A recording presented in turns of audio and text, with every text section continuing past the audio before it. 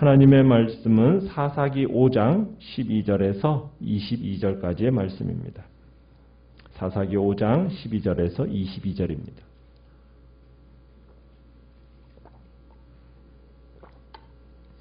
사사기 5장 12절 제가 먼저 읽겠습니다. 깰지어다 깰지어다 드보라여 깰지어다 깰지어다 너는 노래할지어다 일어날지어다 바라기여 아비노함의 아들이여 내가 사로잡은 자를 끌고 갈지어다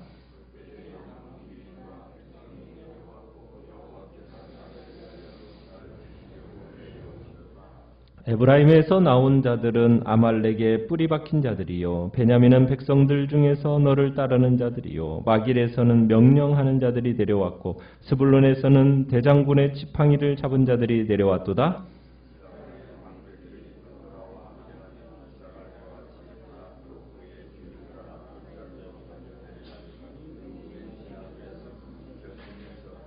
내가 양의 우리 가운데 앉아서 목자의 피리 부는 소리를 들으면 어찌 됨이냐. 르우벤 시냇가에서 큰 결심이 있었도다.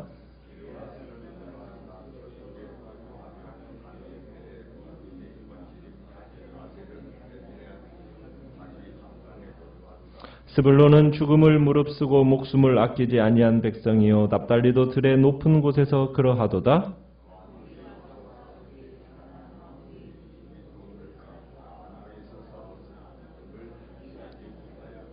별들이 하늘에서부터 싸우되 그들이 다니는 길에서 시스라와 싸웠도다.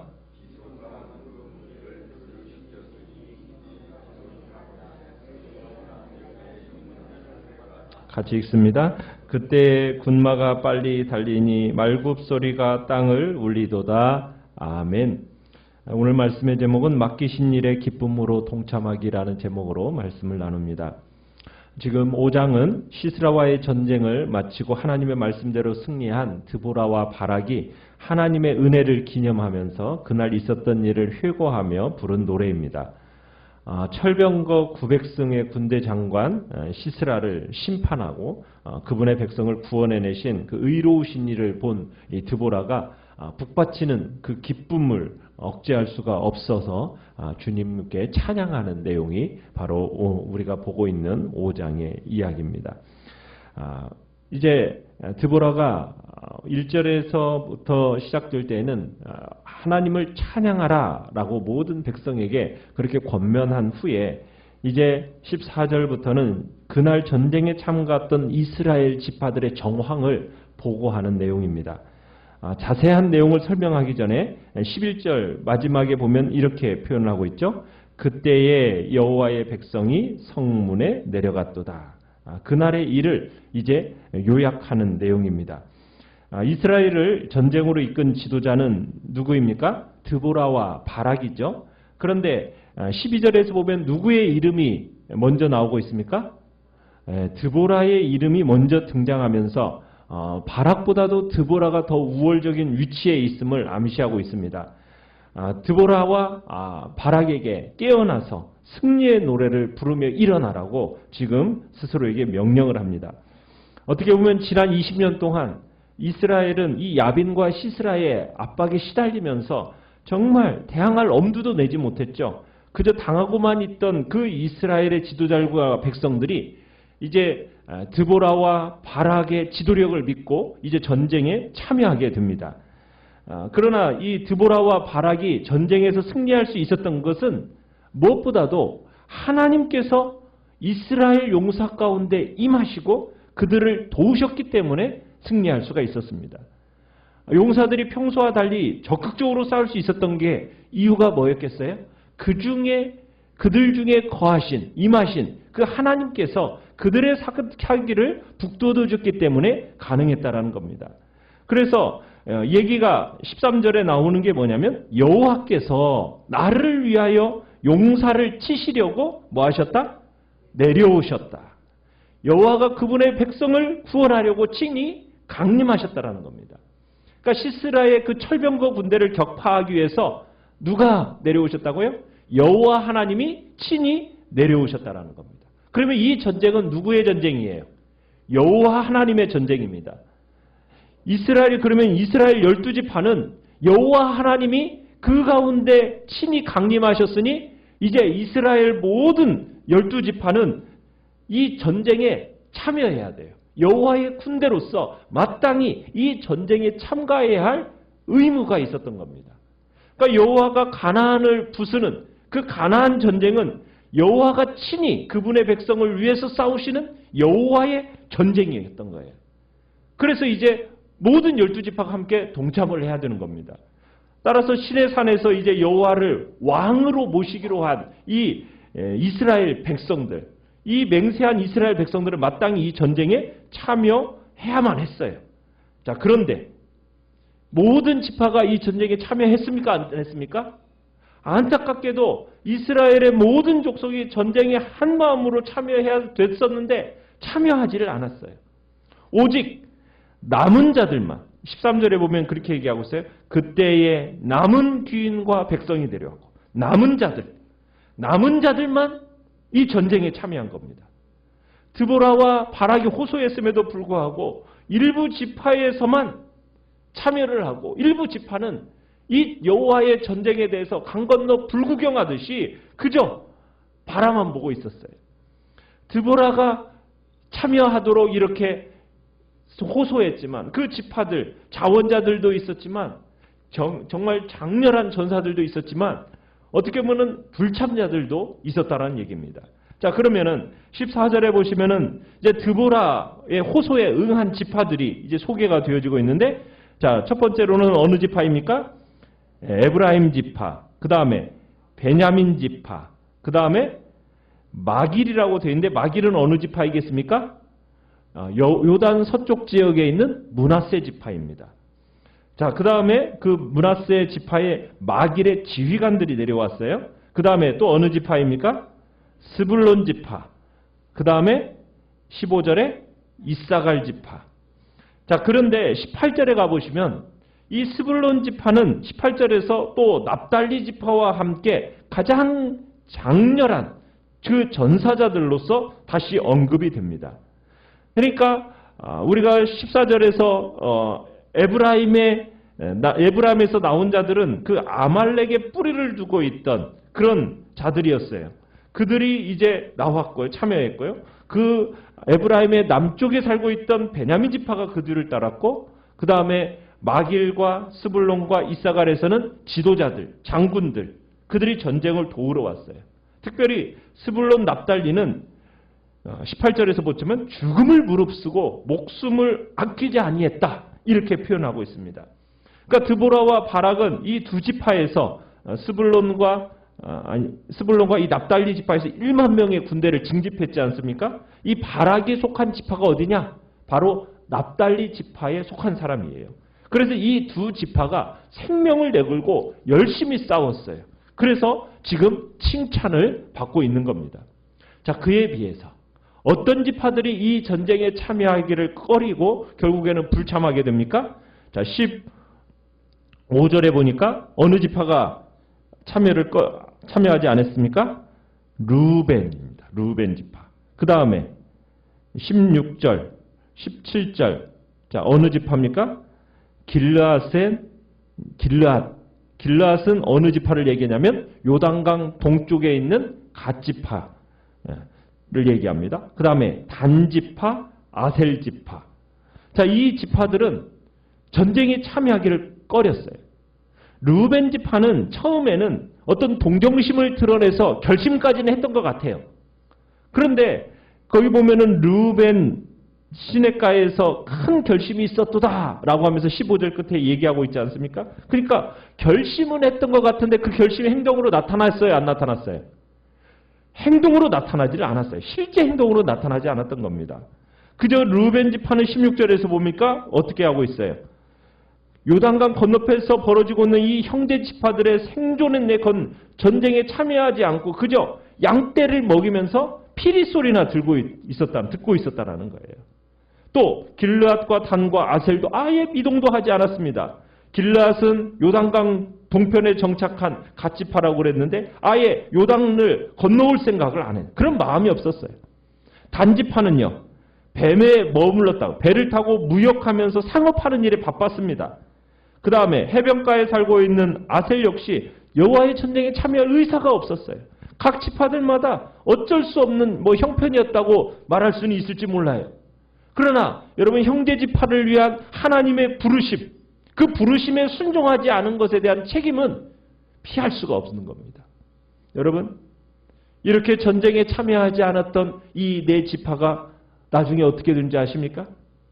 하나님 나라 건설에 그 중요한 기여를 하지 못하는 채 사라지게 됩니다. 아셀 지파는 기드온 때 잠깐 공헌을 하고서는 그 이후에는 제외돼 버려요. 거의 사라져 버립니다. 단지파는 어떻습니까? 우리가 사사기 마지막에 보겠지만 미가가 만든 신상을 그것을 가지고 가서 그 신상 섬기는 우상 숭배에 몰두하고 마는 그런 지파가 됩니다. 갓 지파 반복해서 요침을 당하더니 나중에 이방의 말발굽에 짓밟히는 수모를 당하게 됩니다. 여러분 이미 가진 것을 수호하면서 자신을 위해서 살려고 하는 사람은 결국은 자기가 가진 것도 잃어버릴 수밖에 없다라는 그 진리를 다시 한번 여기서 우리에게 확인시켜 주는 겁니다. 자, 드보라가 이제 19절부터는요. 드보라가 시스라의 그 전투 장면을 다시 한번 묘사하면서 여호와의 승리를 축하합니다. 자, 이 시인이 이스라엘이 이 전쟁에서 별다른 어려움 없이 승리할 수 있었던 것은 하나님께서 관여하셨기 때문이라는 거예요. 19절에 보면 우선 이제 드보라가 다낙 물가에서 가나안 군대의 그 패배를 노래합니다.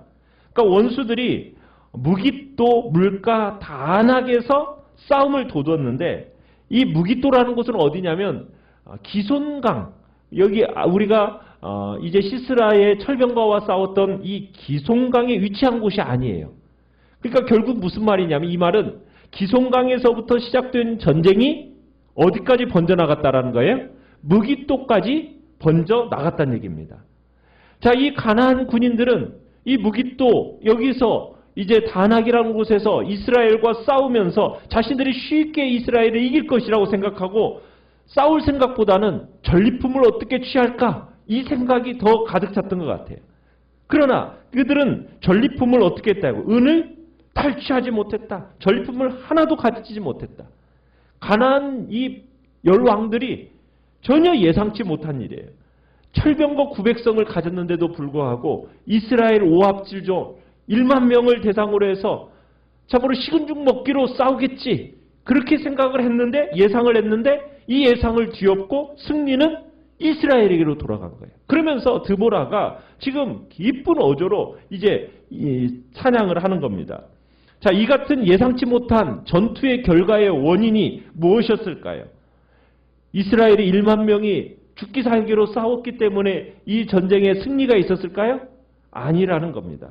시스라의 이 철병거 군단이 패배하게 된 것은 20절에 보니까 별들의 전쟁 때문이었다 이렇게 표현하고 있어요. 별들이 하늘에서부터 싸우다. 이게 무슨 얘기일까요? 가나안 신화에는 비의 근원을 별들이라고 믿었어요. 별들이 비를 쏟는다라고 가나안의 신화는 그렇게 믿고 있었어요. 그러니까 별들이 시스라와 싸웠다라는 것은 무슨 뜻이냐면 하늘에서 폭우가 쏟아졌다 이런 의미입니다. 그런데 하나님께서 별들을 사용하셔서 비를 내리신 것을 지금 뜻하는 표현인 겁니다. 그러니까 어떻게 보면 드보라는 가나안 사람들이 믿고 있는 것을 이용해서 그 가나안 신들보다도 위대하신 분이 누구냐? 여호와 하나님이라는 것. 그의 능력을 지금 선포하고 있는 겁니다. 여호와는 지금 별들도 자기 휘하에 부리고 있는 유일한 참신이시라는 것을 지금 여기에서 얘기하고 있는 거죠. 자, 여호와가 별들로 시스라와 전쟁케 하심에 별들이 천둥 번개를 통해서 비를 시스라 군대 위에 쏟아 부었어요. 원래 이 비는 지금 어디에 쏟아졌습니까? 기손강에 쏟아졌어요. 그죠? 이 기손강은 평소에는 물이 흐릅니까? 안 흘러요? 안 흐르는 메마른 강이에요. 와디라고 그래요. 그러다가 비만 왔다 하면 범람하는 강이 바로 이 기손강입니다. 그래서 시스라가 병거를 버리고 도망간 이유도 뭐예요? 비가 내리는 계절이 아니었어요. 그런데 전혀 예측치 못하게 비가 쏟아진 겁니다. 그러면서 그 기손강이 막 칠퍽칠퍽해지면서 이 시스라의 그 철병거 바퀴가 박혀버린 겁니다. 그러니까 이동이 어려우니까 이제 그 철병거를 버리고 맨발로 도망하게 된 거예요. 계절천, 와디라고 그러는데 이 계절천인 기손강이 이 쏟아지는 하늘비를 감당하지 못해가지고 뭘로 변했냐면 급류로 변해버렸어요. 급류로 변해버리니까 이 시스라의 군대가 어떻게 됐겠어요? 급류로 인해서 떠내려간 겁니다. 그래서 21절에 그런 표현을 했죠. 기손강은 그 무리를 어떻게 했다? 표류시켰다. 드보라가 지금 힘있게 기손강은 그 무리를 표류시켰다. 이 기손강은 옛강이다 라고 이렇게 노래하고 있는 겁니다. 비가 갑자기 쏟아지면서 기손강이 범람하면서 시스라의 그 병거를 휩쓸어 가버린 거예요. 마치 뭐가 생각이 납니까? 출애굽 때 홍해물이 애굽의 병거들을 휩쓸어 간 것처럼 지금 그것을 영상케 하는 장면인 거예요. 때 아닌 비에 적군의 병거들이 휩쓸어 가는 것을 보고서는 용기를 얻은 이 드보라가 소리칩니다. 뭐라고 소리를 칩니까? 내 영혼아, 내가 힘있는 자를 밟았도다. 나의 영혼아, 힘있게 진군해라. 그러면서 이스라엘이 홍수로 인해 혼비백산한 그 적들을 뒤쫓아가면서 죽이기만 하면 되었던 거예요. 그러니까 하나님께서 이스라엘에게 승리를 주셨으니까 정말 땅 짚고 헤엄치기와 같은 그런 싸움이었던 거죠. 이스라엘의 살육이 시작이 되니까 적군의 진영은 어떻게 됐겠어요? 더 처절해졌어요. 이런 상황에서 이 요란한 말발굽 소리가 여기저기 들립니다. 22절에 보면 굴마가 빨리 달리니 말발굽 소리가 땅을 울리도다. 지금 이 말발굽 소리는 어떤 말발굽 소리겠어요? 막 물속에서 공경에 빠진 이 시스라의 군대의 말들이 막 다급해져 가지고 이리 뛰고 저리 뛰면서 발버둥 치는 그런 소리입니다. 이 별들의 전쟁을 누가 대항하겠어요? 정말 혼돈의 물을 이기시고 승리하신 여호와가 친히 싸우시니 누가 이 진군을 막을 수가 있겠습니까? 참으로 이 가나안 사람들은 그랬어요. 무깃도의 물가만 우리가 장악하고 물만 있으면 우리가 승리할 거다. 이렇게 생각하면서 무깃도의 그 다낙 물가를 딱 점령하고 있었어요. 그런데 이 시스라 철병구 군단이 어떻게 됐어요? 하늘에서 쏟아지는 그 비로 인해서 물벼락으로 인해서 손 한 번 제대로 써보지도 못하고 패하는 꼴이 됐다는 겁니다. 엄모라는 그 물을 피하기 위해서 정말 사방으로 도주하는 말발굽 소리가 땅을 울렸다. 지금 이렇게 표현하고 있는 겁니다. 지금으로부터 3000년 전 여러분 무깃도 산에서 이루어진 이 위대한 여호와의 승리, 여러분 이 승리를 한번 상상해 보십시오. 자, 그런데 요한계시록에 가보면은 세상 종말의 때에 있을 전투를 무슨 전투라고 얘기를 합니까? 아마겟돈 전투 이렇게 이야기를 해요. 여러분 이 아마겟돈이 이 히브리어로 뭔지 아십니까? 이 무깃도의 산을 이렇게 히브리어로 표현한 것이 아마겟돈이에요. 아마겟돈. 마지막 날 아마겟돈이라는 곳으로 세상의 모든 왕들이 몰려올 거라는 거예요. 그러나 그 아마겟돈에서 누가 승리를 거두게 하신다고요? 주님이 친히 강림하셔서 그들을 다 불로써 다 처리해버리세요. 그게 하나님께서 이루실 마지막 최후의 전투에서의 우리에게 주어질, 믿는 자들에게 주어질 승리를 요한계시록에서 보여주고 계시는데 그 위대한 승리를 미리 이 드보라와 바락의 이 전투를 통해서 보여주고 있다는 거예요. 우리는 이 전투에서 승리의 장면을 우리의 마음속에 새기면서 마지막 날이 있을 아마겟돈 전투에서 그날에 세상의 모든 왕들이 몰려와서 우리를 향하여 대적할 것이지만 결국에는 하늘의 주님이 우리와 함께 하시면서 그 전쟁은 승리하게 될 것을 우리는 기대하고 바라보면서 미리 드보라의 승리의 노래를 함께 불러보라는 겁니다. 그래서 오늘 우리는 참으로 승리의 날, 그날을 우리들은 기대하면서 참으로 이 여호와의 전쟁에 나는 적극적으로 헌신된 마음으로 즐거이 주님 앞에 동참하는 자로 서겠다라고 결단하는 우리 귀한 성도님들 되시기를 간절히 바랍니다. 주님께서 맡겨주신 일이라면 힘들더라도 기쁨으로 동참하는 복된 자리에 있기를 간절히 축원합니다. 오늘 말씀은